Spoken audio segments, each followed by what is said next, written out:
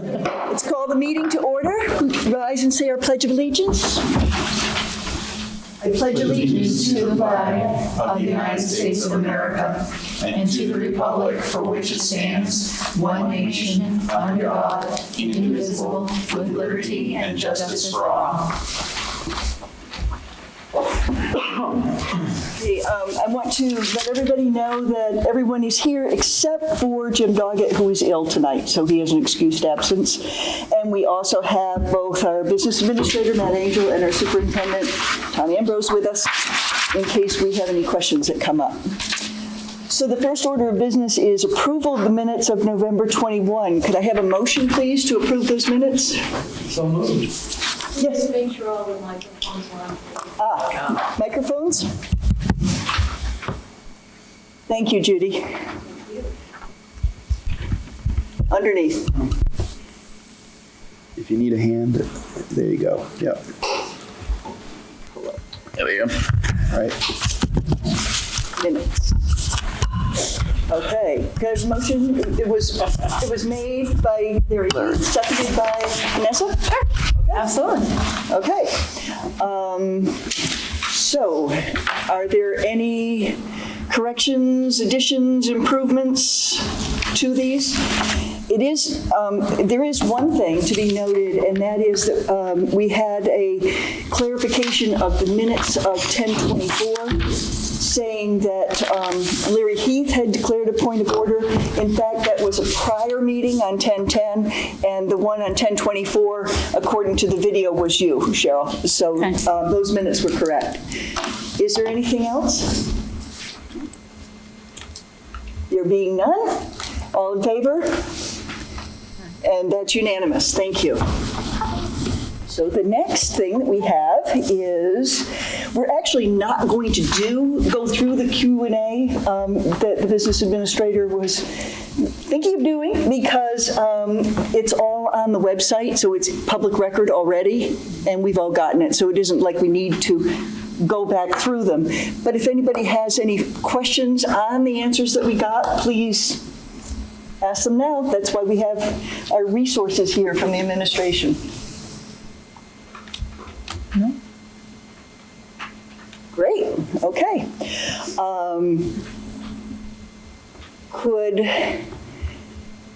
Do you want to do, why don't you do the information on the revenues and taxes, Matt? Okay. At this point, just kind of briefly. Yep. Can I jump in and do this part first? Or do you have another time? We're going to be talking about the budget after you do the taxes. Sure. Okay. So let's see. Let me pull up my revenue. So I've created two different revenues. One for the default budget if the operating budget fails, and another one for the operating budget. Do you have that? I hope so.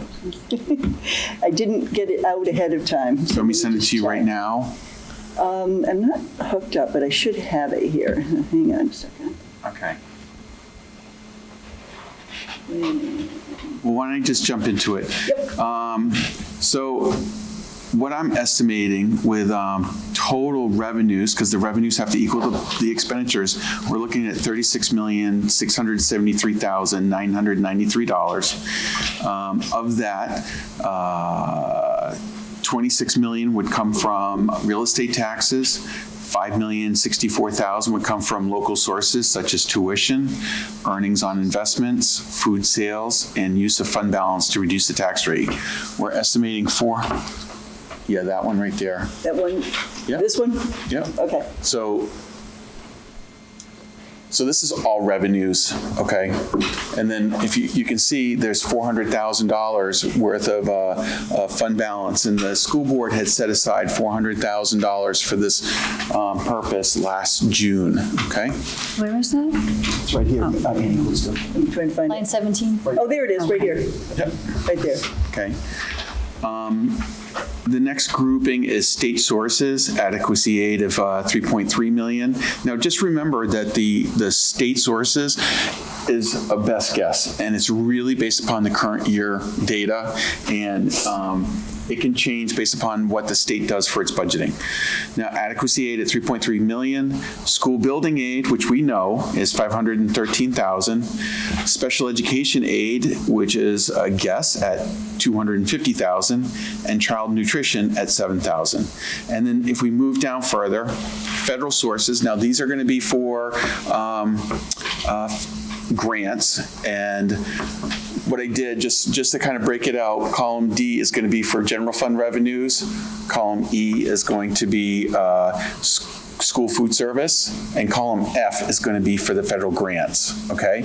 So you can see that the federal program revenue goes to school food service and grants. It does not get used to offset the tax rate, all right? Now, on the default estimate apportionment tab, if you switch to the other tab, yeah, that one right there, and scroll to the bottom. This is the calculation to calculate the tax rate based upon the last tax rate setting, okay?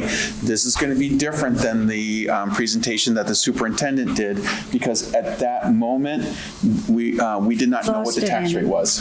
It's gone. Is it gone? Yeah. Oh. There you go. Okay. Thank you.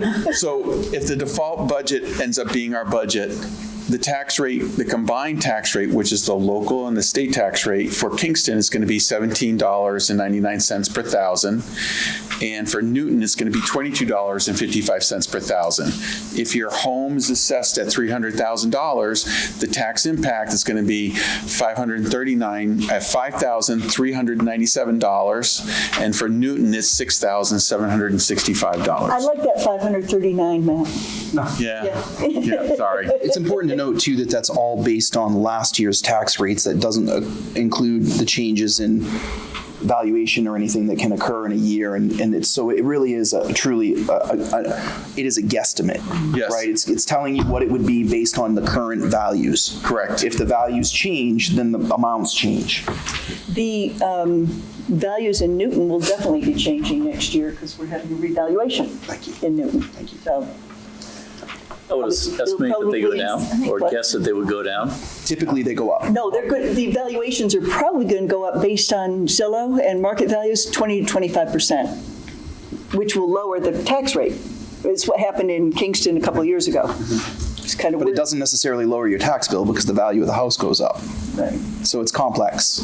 It's a dynamic thing where the amount will go up, the rate will go down, but the amount of your home goes up, rate goes down, the amount you pay in taxes may go up some. So it's just, I just don't want to I want everyone to anticipate that if your homes are revalued, your bills will go up some. That's the safest way to put it. Yes, I understand that. All right, thanks. There's I'm gonna be saying a lot it of for the pushback camera and the on that, public, though. just to be transparent, you know? Okay, so if we switch to the operating tab, this is going to be, to your left. This one. Yes, right here. Okay. So I had to do revenues for the operating budget because the operating budget is actually lower than the default budget, which changes the tax assessment, okay? And every other number other than the tax assessment is the same as the default. If you go to the bottom, the total revenues for the district is $36,416,000.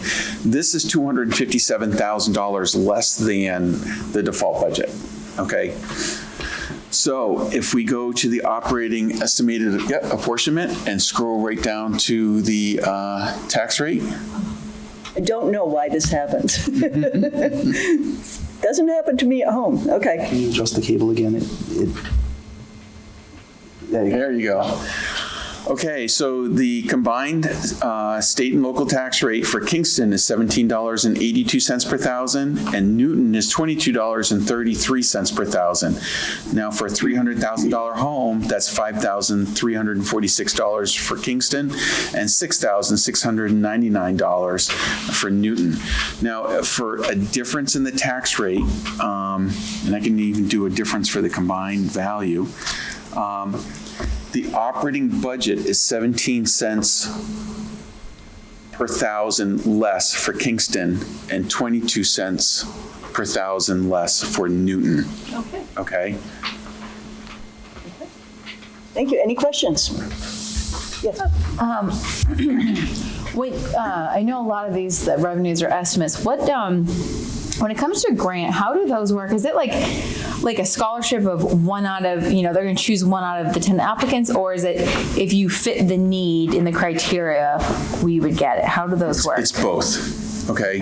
We have a bunch of grants like the IDEA grant, which is special education, Title I, and some others that we get every single year. Actually, school lunch is a grant that we get every single year. So those are more like entitlement grants. Yeah. Then there are other grants that are more like a lottery. Blue lights. The blue lights is an example. Those are really based upon need. And I know we've got some other grant applications in to try to do some, Principal Stack is trying to get a grant for drone pilot training. Okay. Is the bulk of the revenue, though, Drone pilot training? the grants that are, For what reason? if we get it, Sorry. if you meet the criteria, then you get it? Yeah, you get the revenue. Is that the bulk of what these grants are? Yes, so whatever the revenue that you receive, it offsets any of the expenditures, so it really but I has mean, no impact to the what tax is rate. most of the grant money that we have is what type of, which of the two grants is that? Like, is it, Most of it's is it the entitlement. drone grant, or is it the special ed grant? Special ed type grant. Yeah. Oh, okay. By far. Yeah, Yeah. special ed Okay. alone is So like most of those $500,000. grants were kind of guaranteed. Yes, And exactly. we just have to do our paperwork and do our due diligence. That's so. Jody Gutterman, the director of student services, spends them. That's her job, is to manage a big part of her job. Yeah, In addition to managing the 300 students or more with IEPs. Okay. So that's her job. And to answer your question, the high school has been piloting an airline. Airplane course, aviation course, program. Oh, yeah? and so they have having incredible success with the kids in terms of high interest and the STEM component of it. So they're exploring a potential a grant to fund drone courses, like flying drones. Sure, understand that. Certified Yeah. drone pilot. Yeah. And So they're also Nice. doing pilot training, pilot ground school for a private pilot license. yeah, and we've had very good success with organizations partnering with us to fund. The aviation folks are very interested in what we're doing. It's really fascinating. Are you aware of any other school districts doing this? None. We had to send someone to Texas to get trained. Are they working with any local companies that make drones for like? I don't know. It's all brand new. Brian just started working on it, so I I have know to find out, some. Vanessa. I'll have to. If you'd like to reach out to Brian, he would love to know if you know someone that might. Isn't it amazing how these things come up? Okay, are there any other questions on revenues and taxes? Estimates for revenues and taxes? Yes, sure. Can you explain what the school building aid goes to? Yes. Okay. So when we built the school, the state of New Hampshire agreed to kick in a portion of the debt service. So they're paying. It's based upon a payment schedule, and we know that until the debt service for this building is completely paid off, and so next year is just $513,000. Thank you. Oh, going forward, just so that you know, they're going to pay up front for the building program. They're not going to pay towards the debt service. Oh, good. Yeah. It's going to be cash. They're just starting to open the spigot for school building aid, but this particular year there's only like $17 million in the bucket, and which is really teeny tiny in comparison. So they're doing a lottery for that. So if we're applying for building aid, it's unlikely that we're going to come to the surface for that at this point. Yeah, sure. What's the status on Medicaid? Anything new on that? No? We're planning on it being a zero. And we are fighting hard. The superintendents I met with the superintendents yesterday. They are lobbying hard. The special education department, their group organization is lobbying hard. And the Principals Association, the MEA, everyone. But the problem is that our Department of Health and Human Services is looking at a way bigger issue. And until they straighten that out, I don't see that getting better. Is this federal or state? It's federal dollars. But when you consider the small portion of those dollars that goes to public schools compared to the health system, Oh, yeah, I'm just talking about the school Yeah, part. well, the So problem is there's it's all something else? linked. There are problems Okay. within the health system. Okay. And they're saying we have to rectify that first because it's a way bigger problem. So at this point, we're going to assume that we will not receive the funds until told otherwise, because it would be foolish to do anything else. And do you have an estimate or average of 65 roughly, what it used to be, of what typically? 165,000. 165? Yeah, thanks, Cheryl. Yep. Is there anything else? Yes, Laura. So, in the beginning, you're talking about 400,000, I think, I forget the wording, is that the same 400,000 that there was scuttlebutt over when we did? So that $400,000 Wait, going no, back it to might the not be. taxpayer has. What, scuttlebutt over what? Say that. Yeah, can you clarify the question, because I don't think Matt really knows. Okay. I know the what you're. $400,000 that's going back to taxpayers, is that, there was rumors at the meeting in June that we were, with the reorganization, that we were cutting $400,000 from the budget because we were giving back to the taxpayers. No. Is this the same 400,000? So let me help with that. 400,000 was never cut from the budget. That's a mistake, and I'm just saying that for the camera. I know you all understand that. Right.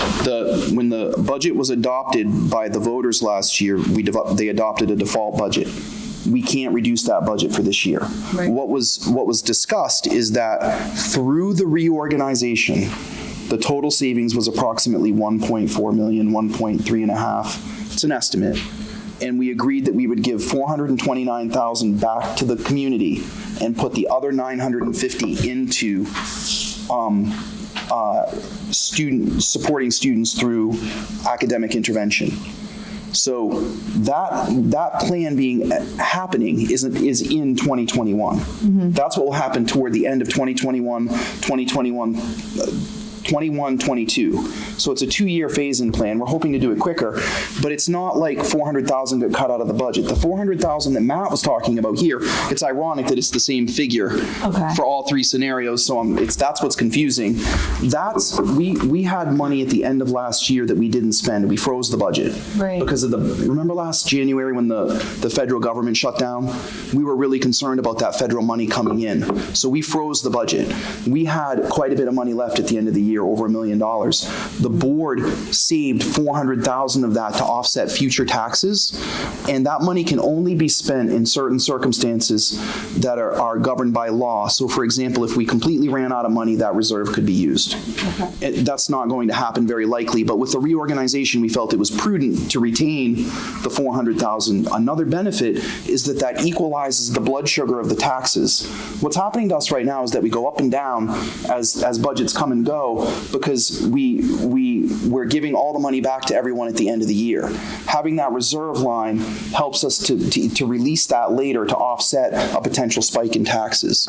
So it's really a totally separate amount of money. It's just ironic that the reorganization money was 429,000. That's 400,000. And so it just gets confusing for folks as to what the money is. On that line, the use of the fund balance to reduce the tax rate, I think it's good to note that for this year's taxes, there was $1 million plus, $1,013,000 that was given back to the taxpayers to offset tax increases. Next year, it's $400,000. So there's a $600,000 difference there. Right. Which is amazing that we're talking about taxes going up about $200 with this budget. Exactly. And I'm sorry, the year before you're saying there was $1 million surplus? Column up. See right here on The year column before, I? we had $1 million that was left to surplus. This past year, it was 400,000. Right. Okay.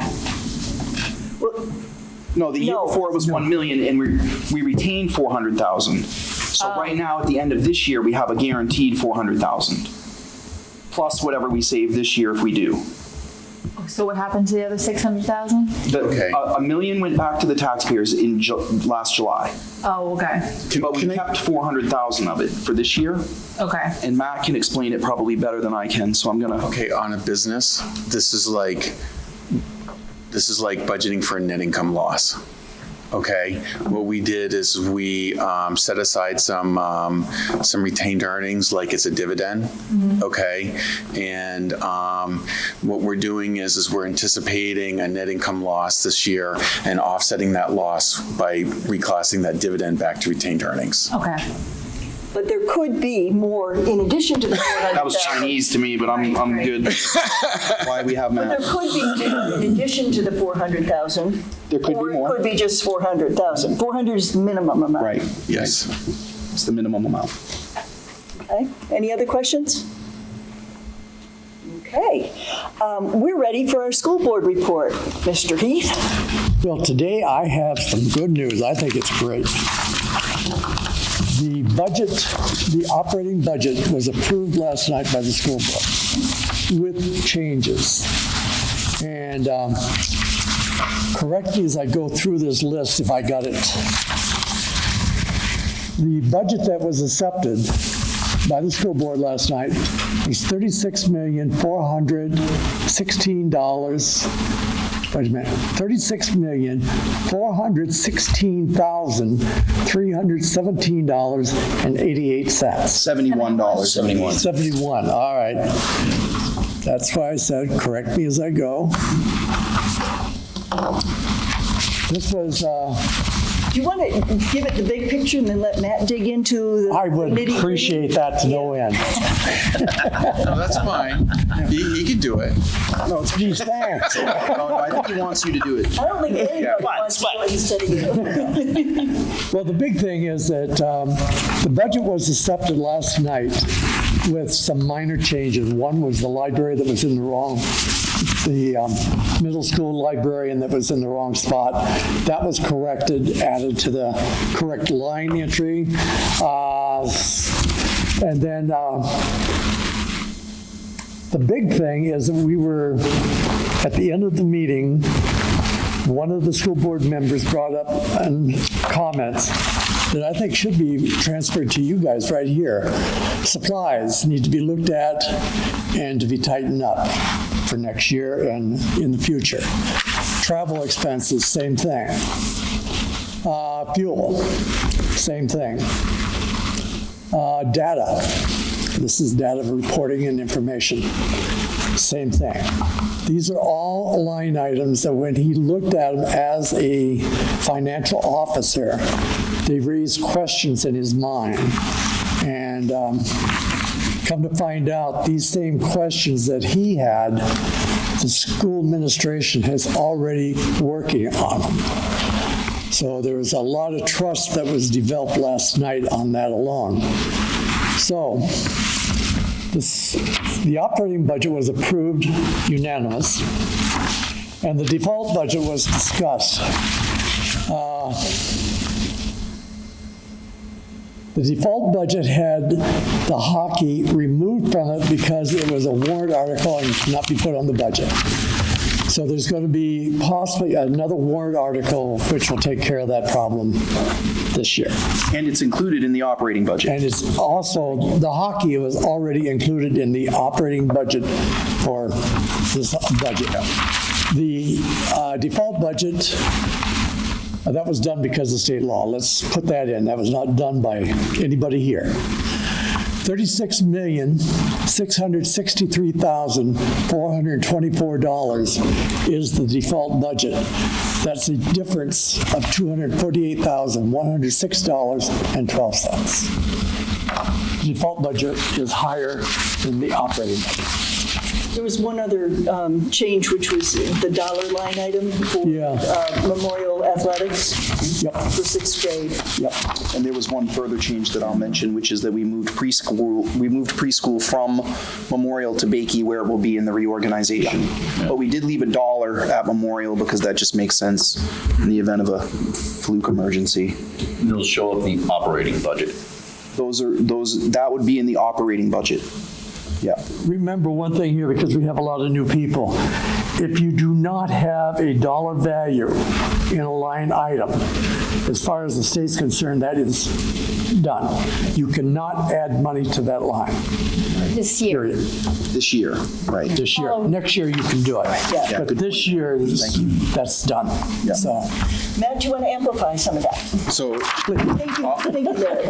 all the pieces are all described in this particular paper. Okay. Now the light blue on the top, that's moving the librarian, which you can see it's offset down at the bottom. The gray that's kind of in the middle, that is moving the preschool. The yellow is moving athletics, and that's it. And it didn't change the bottom line budget. It's just moving within the budget. Those movements were a result of school board members and budget committee members looking over and just seeing some things, and the administration and the school board responding to send us a recommended budget that has all those line items correct. It was Moore who caught the dollar at the Memorial, the 456 school having a sports program. So thank you very much for that. Glad I contribute something. Yeah. Yes, Cheryl. So the titles now are the ones that they've been moved to, like this regular ed salaries Bakey? That's the new location, or that's, Yes. and it was moved from? Memorial. No. The library. The library. Library Middle in school middle. library. So middle school library was moved to Bakey. Yes. Okay. Because I originally took it out of B.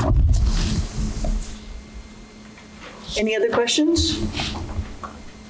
Okay. We are ready to begin preparing our proposed budget. We have the superintendent's recommendation and we have the school board's recommendation at this point, and now it's our job.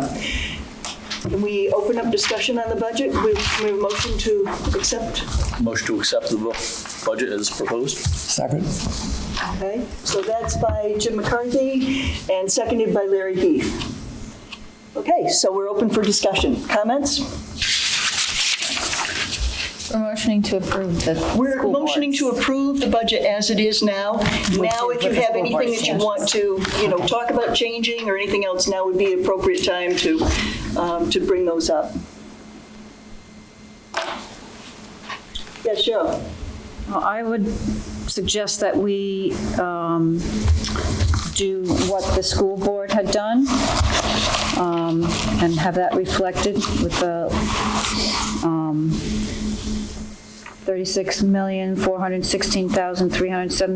$36,416,371.88. Yeah, that's the motion. Oh, that's it? Yeah, that's the Yes. motion. Oh, okay. Yeah, that's the motion that we have. So the school board changes didn't change the bottom line? No. Did not change the No. bottom line. Nothing. Yes, Mary? I want to read something that I prepared because I'm a fumble nuts when I try to wing it. I'm encouraged by Superintendent Ambrose's commitment to conduct audits of the broad categories that the Budget Committee and many taxpayers have been questioning for years, such as allowances for travel, phones, dues, supplies, online access fees and subscriptions, and athletics, as well as the new areas highlighted by Mr. Fitzpatrick at last evening's school board meeting, such as health insurance, FICA, sick day payments, diesel fuel, and technology. I'm especially eager for the SAU administrative team to reflect savings from the closure of the middle school and the district reorganization in general, digging in with some realized changes by this time next year. And for the eventual audit of our special education program, which was suggested by our administrative leaders, to reveal opportunities for improved services and efficiencies, which in the past has been positioned to us as a budget committee as off limits. We've always been told that, it's federal mandates, you can't touch it. So I'm glad that they're going to be looking at those things as well. We also received confirmation last evening that the SAU is officially in active negotiations with a Seacoast property development firm named Chinberg Properties to develop the seminary property. I trust that the search for a tenant to occupy the soon-to-be vacant middle school building is also being conducted in earnest.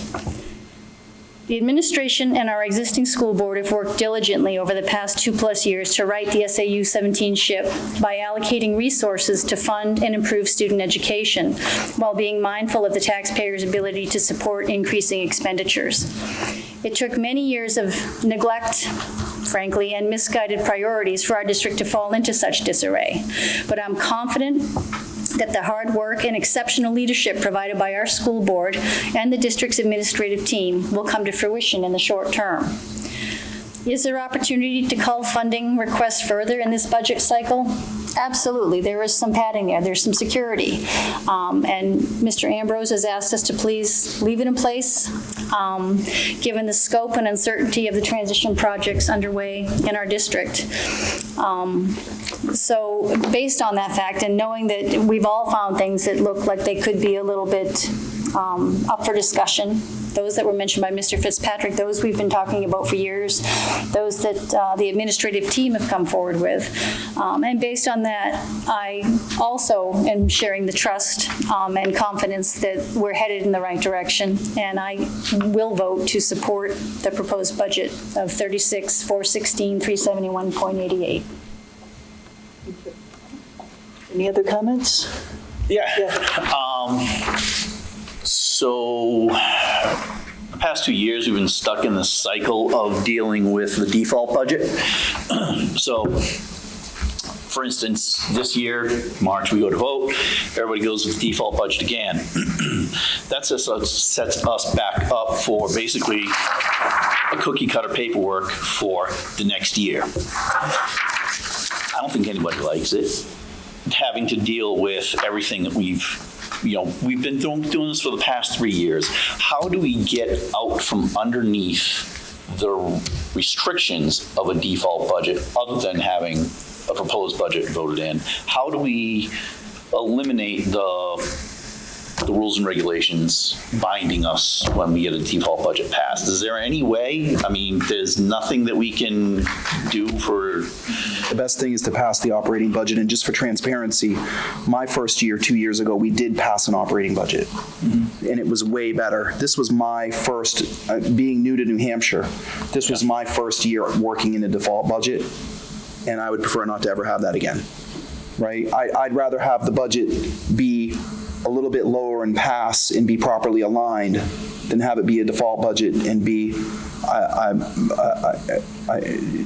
it's just not, the default budget doesn't accurately reflect the programming and the work that we're doing. No, so it's you've seen it now, that you've been through this. And just reading through it, you sit there, you go through all your thoughts on what's going on with this, and this. And last year we ended up passing the teacher's contract. Yeah, the teacher's contract, and you still have people that are asking the same question about the same numbers because they're increasing, and then you got to flip back and go, okay, that went up this year because of the teacher's contract. And again, this year we're going to do the same thing, and if a default budget gets passed, we're going to hit the same questions next year, and continues to waste our time mulling over the same questions. And it's just... I think a big part of it is educating the electorate. A lot of folks are accustomed to going in there and just voting for the default. And what we need to say is, look, these guys have worked really hard. We have worked as a community in this SAU to put forth a reasonable budget, to meet the needs of the students, and to give a little flexibility to the taxpayers. We know that when this was pitched to us, it was a 2-year plan. All right, we're going to be in the first year, and then there'll be another year. And next year I expect to see a lot of the middle school stuff tightened up and disappeared. In addition to the janitor salary that was left there for $186,000. There was also custodial admin for $23,000. There was custodian OT at the middle school for $2,300. There was substitute custodian at the middle school for $9,062. So it's not just the 152. It was actually $186,000 that we know is a buffer there. So I expect to see a lot of that gone and we have a working list from what Jamie's done, from what we've all been pitching for years, and what you guys are targeting as priorities that need to be shored up, but it's going to take time. And that's the message I think that we need to communicate to our neighbors and to anybody who approaches, and the communication that should be coming officially from Yes. the corner office Yep. to say, this is the work we've done, this is where we're at. Yes, people, we do have some room in here for the unknown, and that was by design. And we all kind of sat on our fingers, and we're lumping it, knowing full well that it's planting seeds, and that we will be in a better place, hopefully, with targeted programming and teacher retention and, support for the, whatever kind of remedial, Academic support for academic students who are support, struggling. Yep. the areas that you're targeting. So I think the message we need to get out there is this is a reasonable and fair operating budget. It is less than the default budget. We tie our hands if, we would be foolish to vote for the default budget. It's just a matter of getting the word out there, and that's a big responsibility, I think, of the school leaders, Yep. who we've entrusted to drive this process. I think it's also important for all of you to hear that I don't do trickery with this stuff. A lot of superintendents will put out a 5% budget and make the BudCom work down to 2.5%. That's not what needs to happen here. What needs to happen is we need to adopt the operating budget because it's aligned correctly. There's no ploy by putting in a lower operating budget to try to get the default budget.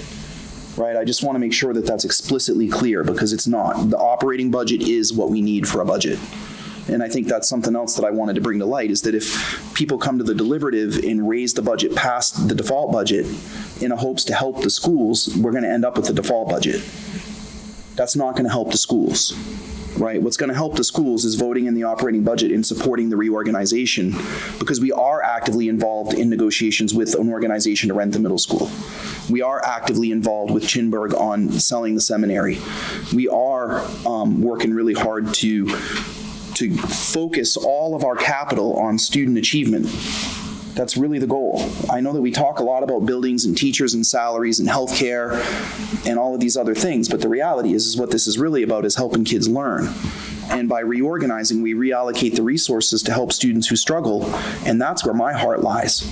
That's what I want for your children, right? For those of you who have children here, and for those of you who care about the community, right? This is really about one thing.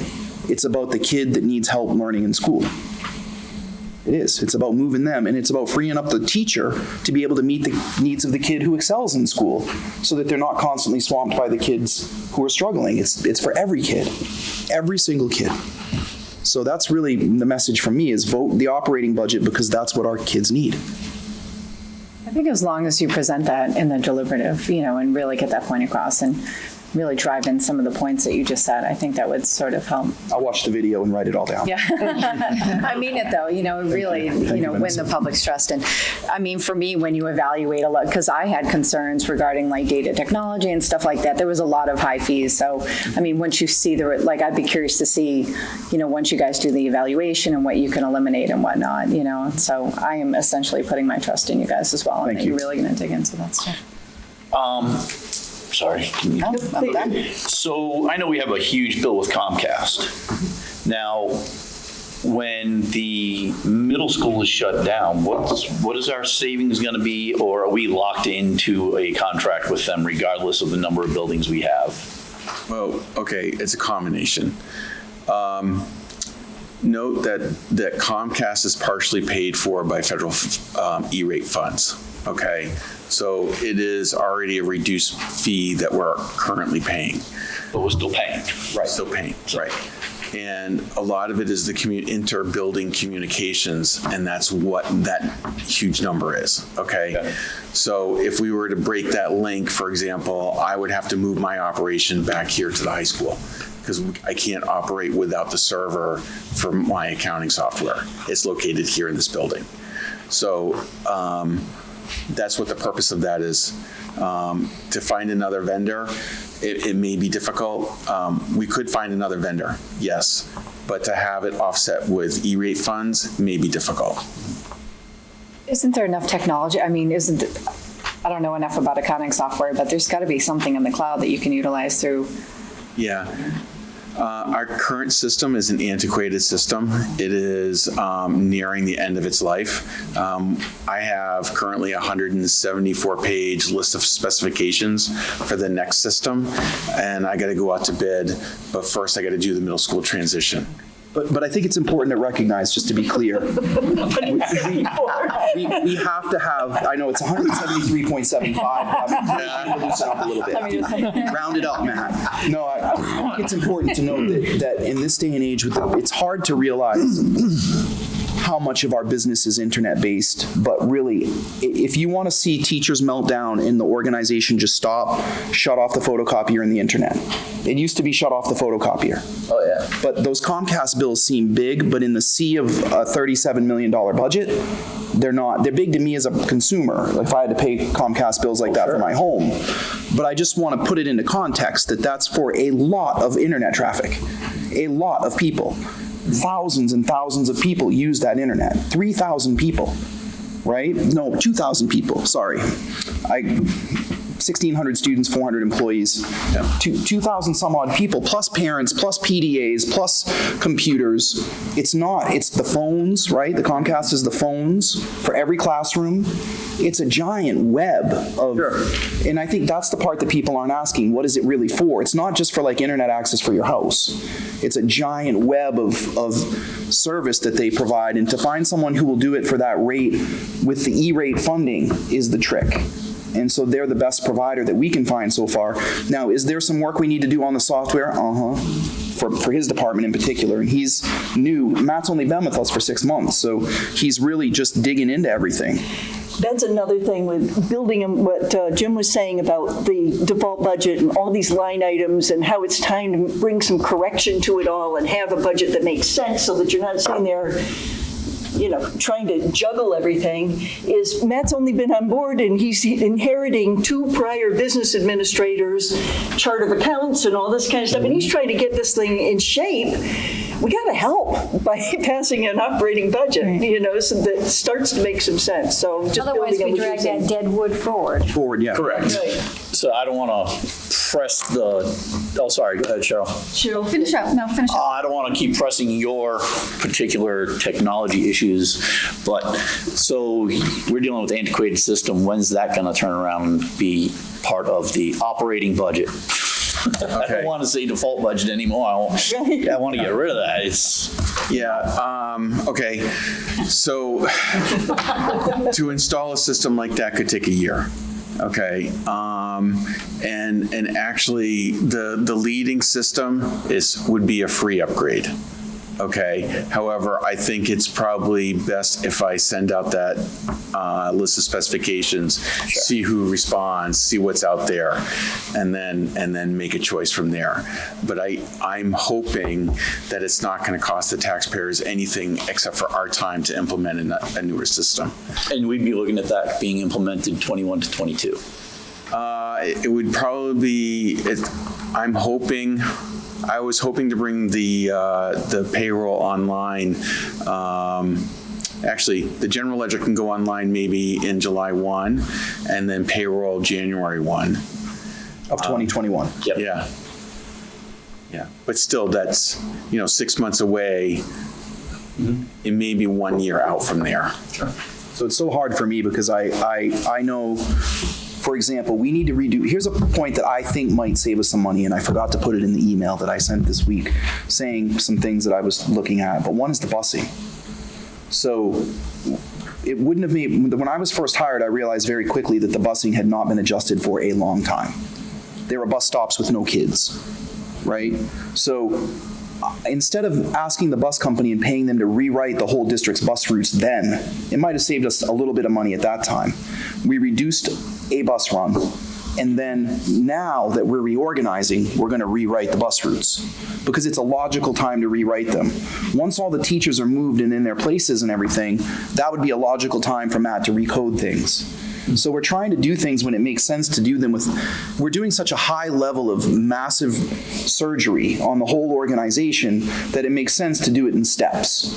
So I think it's important to recognize that the budget software, we might have been able to do something sooner, but with the changes in the business office and everything, it made sense to do it at a time when it was being done. Do it right once is what I like to do. I'd prefer to do it right once than do it 2 times and take all that.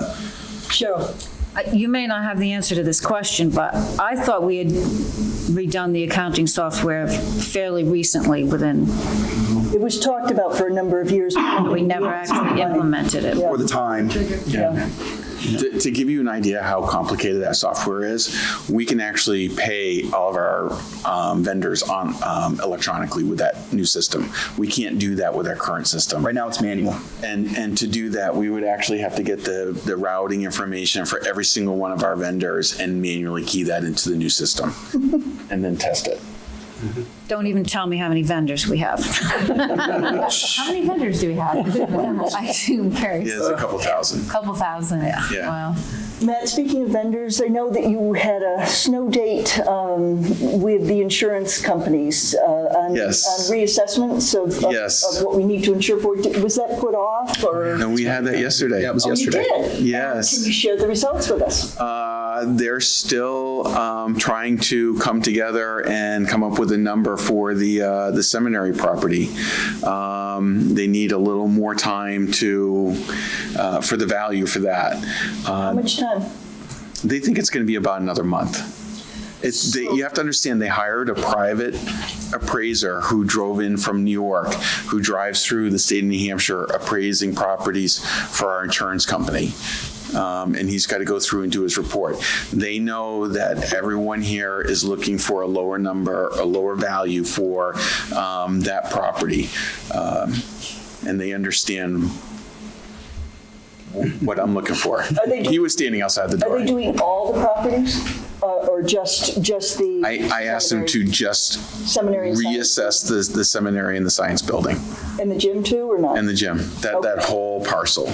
Okay. So it might be possible that we might be getting an answer around the time of the public hearing, maybe before the deliberative, maybe not at all, until after all this. Well, you will get an answer, okay? But I'm hoping by the deliberative, yes. Okay.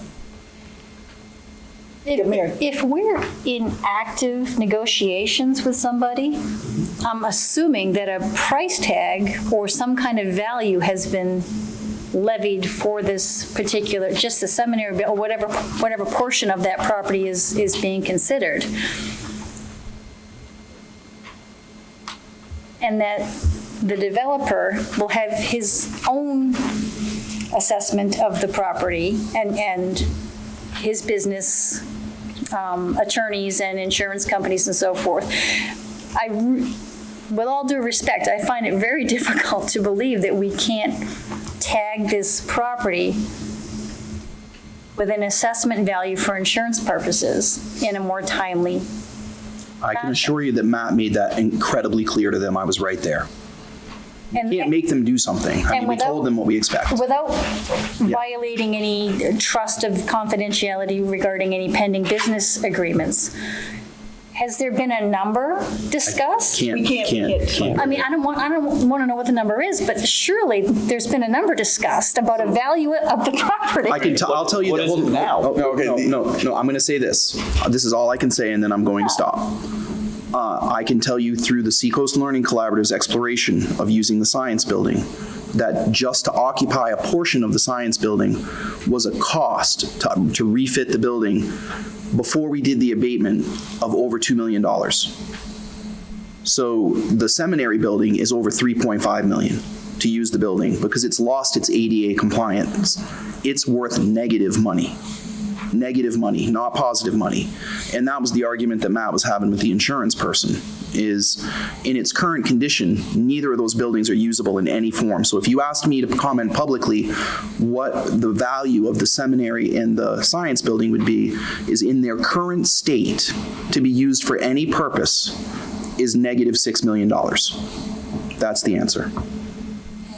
Yeah, you're welcome. But that doesn't have any impact on the negotiations. No. It's just numbers that I I have from understand that. previous, right? That hasn't, I just want to make sure for the public's purposes that that's not linked to the current negotiations. It's based on previous amounts that were collected 4 or 5 years ago. So I would assume that they're bigger than that amount. So those were, some of the numbers are from prior to my tenure. So let me make an assumption, which you don't need to answer, but we're not going to be paying this Sherberg or whatever his name is, $6 million to take the building off our hands. No, that's what it would take to refurb the building. Just making sure. Yeah. But the problem is that the insurance company's looking at it like it's valued at a level. But Matt, what do we pay for insurance for that now? What's the cost? Okay, I think the seminary building itself is like $1,500 a year.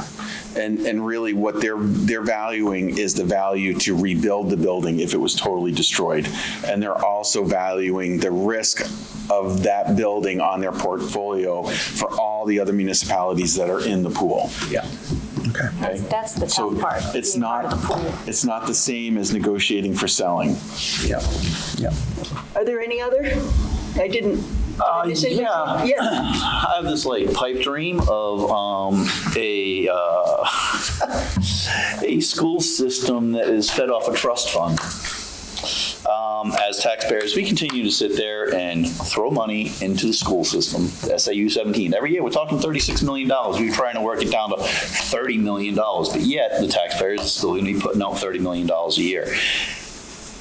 We continuously give money back to the taxpayers. I know it's going to be voodoo to say this, but why don't we hang on to that tax money, build up money for a trust fund, and the taxes, the interest rate that we get for that, even if it's at 2% on $6 million over 10 years, is going to be generating a little bit of money, and we could turn around and pay for the travel expenses that the teachers go through. We could pay for our internet, and we could possibly even squeeze in some oil now that we're not going to be paying for the middle school anymore, and continue to build that fund and make this school system more self-supportive on its own, other than being totally relying on the taxpayer's pocket. You know, we had warrant articles last year to start to fund some funds for, 75,000 in one and 25,000 in the special ed one. Hopefully, there's going to be the same thing going forward again this year. There is a movement to try and build up some funds for reserves. A trust fund like you're talking about? No, but, that would be a petition warrant article. Maybe you I pass it. don't know if that's legal. If can the school even I don't do think that? it Can is. that be done? I don't think it can be. There is a school that has a trust fund. I will tell you, the town of Kingston has a dump fund. We used to have a landfill over at the Magnuson Farm, just out on the Brentwood line. And when they capped that, there was some kind of reciprocal payment where the town got a windfall, I don't know how many millions of dollars. I Was it think it's 6 around million? 6, yeah. That went into a fund. And our new library was built pretty much exclusively with the interest from that fund. And they're talking about a new fire station, and I'm not sure how they're going to fund it, but they're using the interest, as you suggest, to fund capital expenditures. Problem is getting that kind of a ball of money together to earn some interest. We don't. Well, how many times have we turned around and given $1 million back? We've never, The last 2 years. Last 2 years was a mill, so that would be $2 million in that. But we don't give it all back. You said we give it all back every year. We don't. We retain some. No, we've returned $2 million. Right, but we do retain some. It doesn't all go back to the taxpayers. No, we've returned $2 million. No, we can't. We're not allowed to retain except for the $400,000 that was held over And that is in was- addition to the $1 million. And that can only be No, held I'm so glad for you asked, 1 though. That's year. good and important. That can only be held for 1 year, and then it has to go back. The only other thing would be to establish, if it were legal, to establish a fund.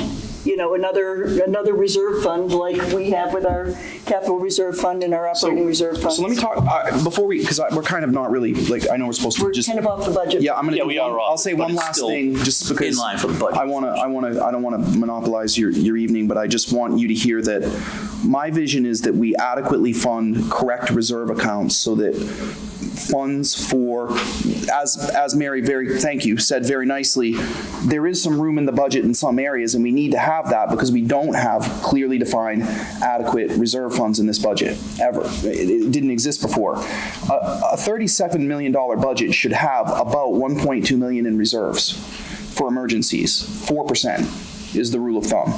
We have a couple $100,000 in special ed, a revolving fund line, the $100,000 that we reserved last year, and a few other small areas. What I need to have happen to run this place in a healthy and comfortable way, and with full transparency, is to clearly establish the correct reserve amounts and then make those lines exactly what Jamie said they should be.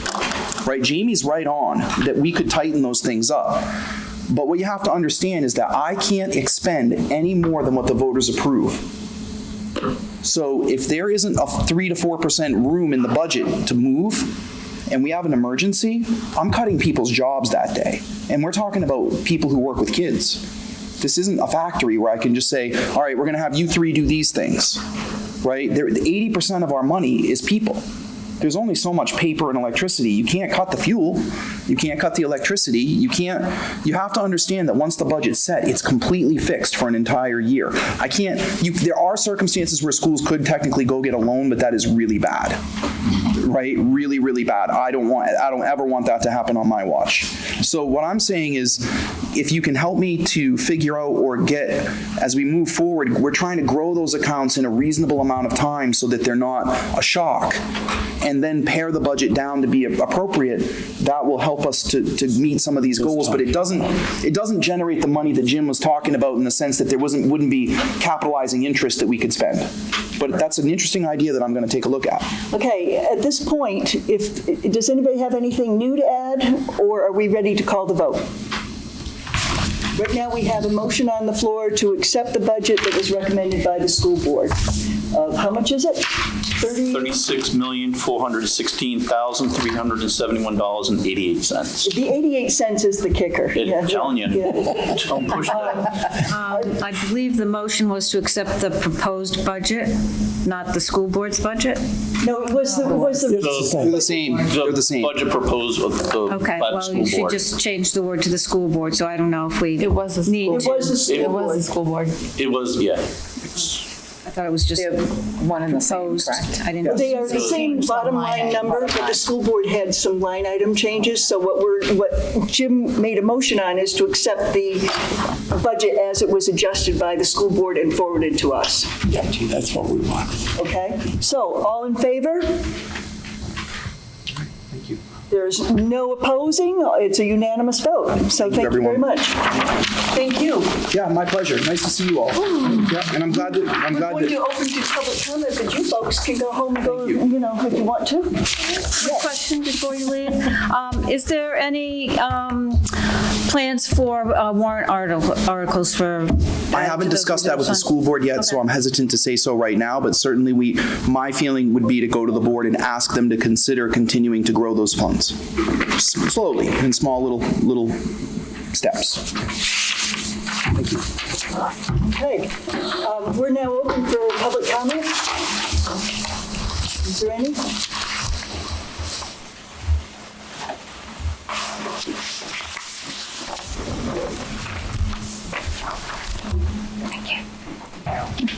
Good night. Tammy Mahoney from Kingston, and I just wanted to say thank you for supporting the school board's proposed budget. Now it's all of our budgets, and I think it's so important you had a discussion about how do we, get everybody, the communities to support our budgets and not have to end up with a default budget on a regular basis. That has just, not over the last few years, thanks to, I think, in a large part to our administration that has worked very hard. But historically, prior to that, we have really been sort of stuck with default budgets more often than not. So I think it's so important that we are all, budget committee, school board, all as a community sort of rowing in the same direction. And if we support this budget and, really get that message out to the community, then I think that we have a really good shot at passing this operating budget, which is lower than the default budget, We don't want to be stuck with a default budget again. And I think it's also really important to note, there was mention, but the default budget does not include money to fund the hockey program for next year. So if that default budget passes, we will not be able to give that $10,000 to the hockey boosters. They're going to have to raise that in addition to the other $10,000 or so that they raised. So that's, I think it's really important to get that message out, and I just wanted to thank everybody for your support. Thank you. Are there any other?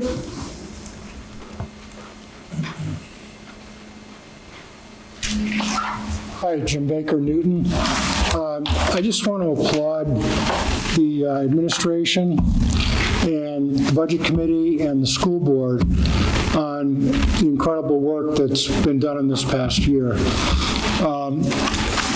The taxpayers have been, in the past, it's been claimed that we don't have generous taxpayers.